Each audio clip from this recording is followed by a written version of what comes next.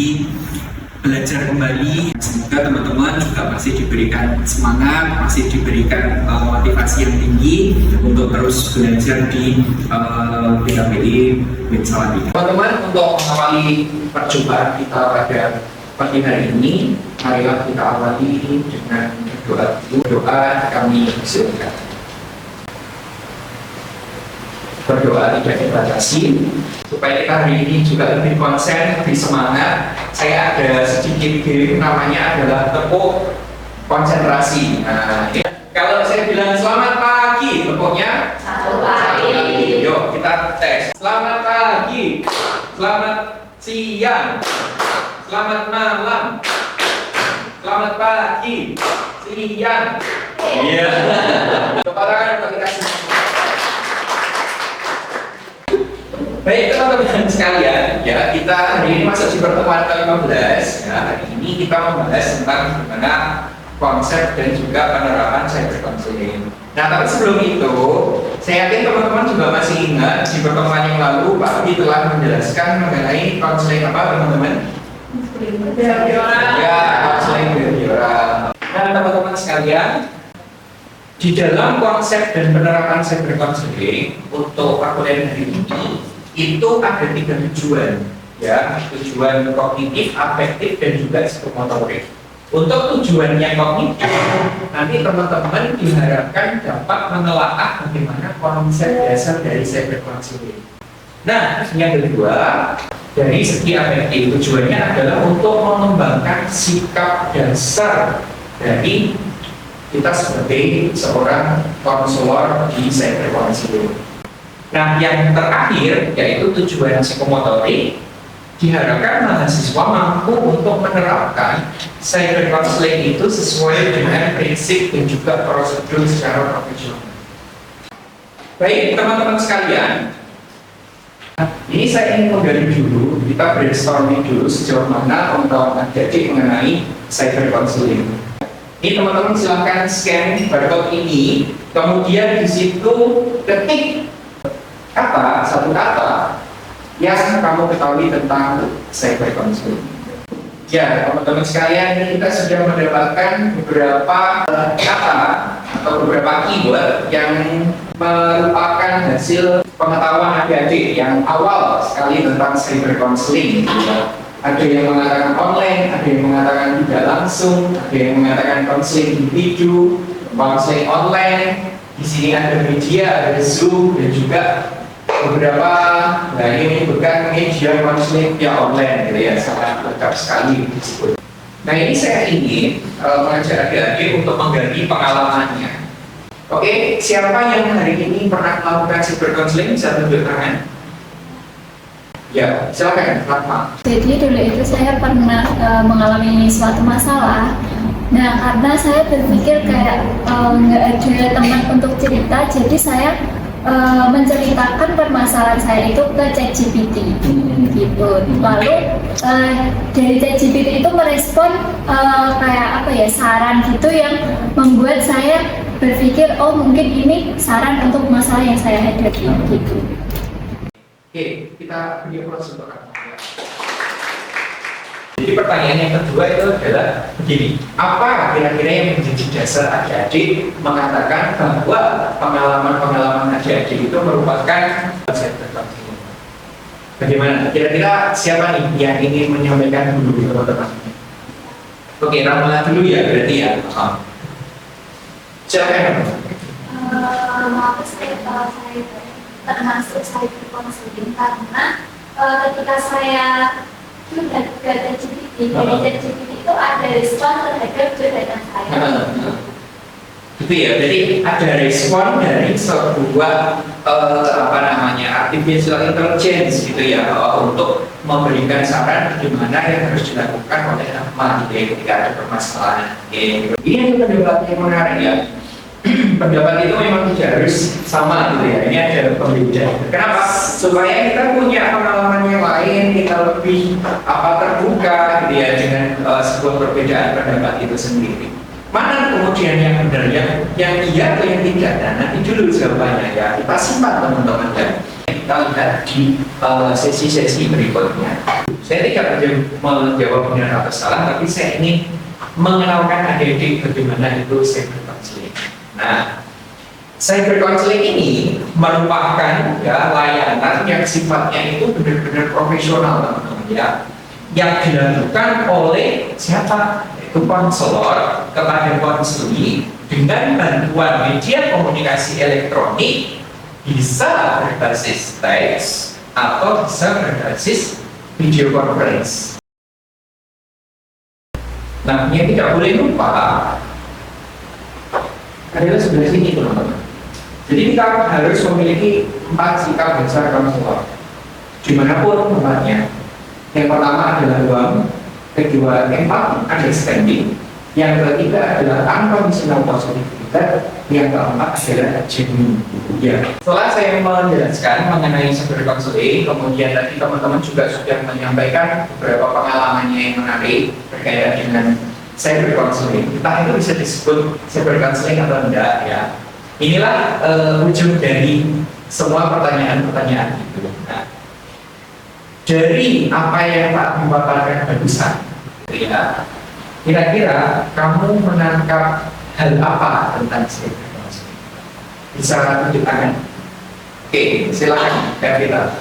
Baik, terima kasih untuk waktunya. Izin menjawab. Kalau menurut pendapat saya, setelah tadi sudah dipaparkan oleh Pak Abi,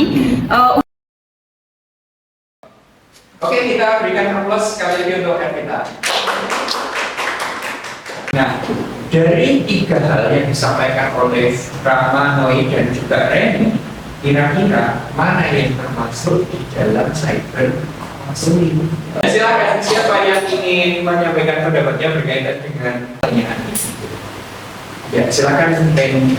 Mungkin yang permasalahan yang telah disampaikan Rahma dan juga yang lain sahabat saya sendiri, menurut saya itu bukan cyber counseling, karena di sana itu kita komunikasi dengan teman, dan juga teman itu bukan bermaksud konselor profesional. Jadi intinya adalah hal itu belum bisa dikatakan sebagai cyber counseling. Tapi teman-teman kita berikan aplaus untuk mereka. Oke, nah sekarang pertanyaan selanjutnya adalah begini. Bagaimana kemudian supaya yang disebut dengan jurnal online itu bisa menjadi atau bisa dikategorikan sebagai cyber counseling? Kira-kira harus dilakukan seperti apa, teman-teman? Silakan, Pak. Mungkin ya teman-teman bisa dikatakan sebagai cyber counseling, kita bisa menggunakan prosedur-prosedur cyber counseling tadi untuk kita terapkan ketika teman kita sudah seperti itu. Teman-teman, sekarang kita masuk di dalam tahap ini, teman-teman, tahap praktik. Setelah teman-teman punya pengalaman, konsepnya oke, dan sudah mulai untuk ditata kembali konsep-konsep dari cyber counseling, maka supaya lebih mendalam lagi pengetahuan dan juga keterampilan adik, saya berikan waktu kurang lebih 20 menit ya teman-teman untuk mempraktikkan secara berpasangan ya, ada 3 orang dalam satu kelompok yang nanti itu akan menjadi konselor, konseling, dan juga observer. Nah, apa yang perlu kita siapkan? Kemarin teman-teman sudah saya minta untuk membawa HP atau laptop, kemudian headset, dan juga lembar observasi yang sudah Pak Bi siapkan.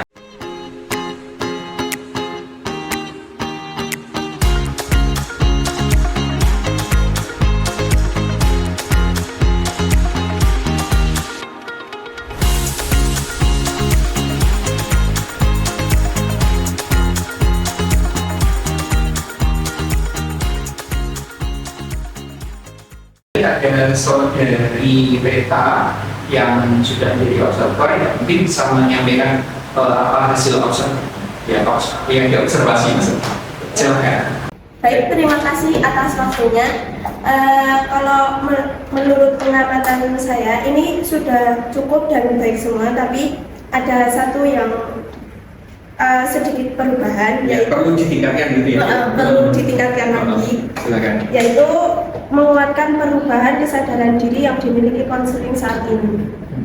Nah itu kan agak gimana, terkadang kan kita kalau ada yang bercerita, terkadang itu keadaannya lagi kurang baik dan itu harus meningkatkan moodnya agar tidak terlihat tidak baik-baik saja. Oke, baik. Terima kasih. Tepuk tangan buat Bella. Baik, terima kasih teman-teman semuanya. Kita sudah sampai di penghujung perkuliahan ya teman-teman ya. Saya ingin konfirmasi kepada teman-teman. Setelah tadi teman-teman praktik, setelah mendengarkan apa yang disampaikan oleh Pak Abi mengenai cyber counseling, saya punya game yang ini nanti apa ya istilahnya itu saling to be continue gitu ya, saling berurutan menyampaikan sebuah gagasan atau konsep mengenai cyber counseling. Silakan, Evita. Cyber counseling adalah Suatu counseling yang bukan secara bertahap bertahap atau prosedural yang dilakukan. Selanjutnya, saya ingin mengetahui bagaimana sih perasaan teman-teman setelah punya pengalaman, punya konsep, terus kemudian tadi juga sempat mempraktikkan bagaimana cyber counseling itu. Gimana menurut teman-teman untuk perkuliahan hari ini? saya perasaan tadi setelah mengikuti kelas cyber counseling itu senang dan seru, karena juga aku tadi menjelaskan bukan hanya materi saja, tapi juga ada game-gamenya di awal. Oke, yang selanjutnya teman-teman sekalian, saya ingin mengkonfirmasi gitu ya, bagaimana rencana teman-teman setelah mengikuti kelas di cyber counseling. Mungkin untuk mengkonfirmasi rencana setelah pasca cyber counseling, mungkin tetap mempelajari lebih dalam lagi, lebih memahami lagi, dan nanti bisa mengimplementasikan atau mempraktikkan. Kita mengimplementasikan sesuai dengan prosedur cyber counseling itu kepada teman-teman kita terlebih dahulu. Oke, terima kasih tuh orang bisa ya. Sekali ya.